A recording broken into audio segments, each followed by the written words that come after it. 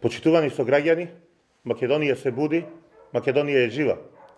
Вчера сите заедно покажавме дека доаѓа падот на оваа ненародна, неспособна, предавничка и криминална власт, која во само 2 години успеа да ја опустоши и да ја клекне државата на колена. Благодарност до Прилеп и прилепчани, кои храбро, достоинствено и гордо го дадоа својот глас за професорката Гордана Силјановска-Давкова и ја донесоа победата во нашиот град. Ви благодарам од срце. Народот вчера докажа дека не се плаши повеќе на оваа хунта и докажа дека преку сеење страв со уцени и закани не се одржува власт на долг рок.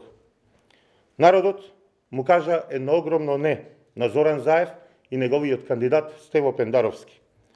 Народот кажа не за новото име на Република Македонија, не за смена на идентитетот, не за нова историја. Народот кажа не за двојазичен Прилеп и двојазична Македонија. Се случува од вчера една нова реалност.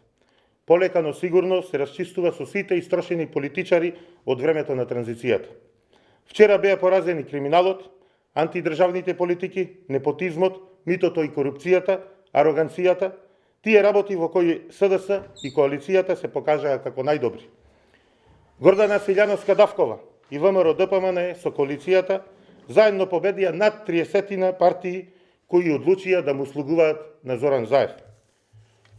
Почитувани прилепчани, за да ја вратиме Македонија на вистинскиот пат, потребно е обединување како никогаш претходно во вториот круг.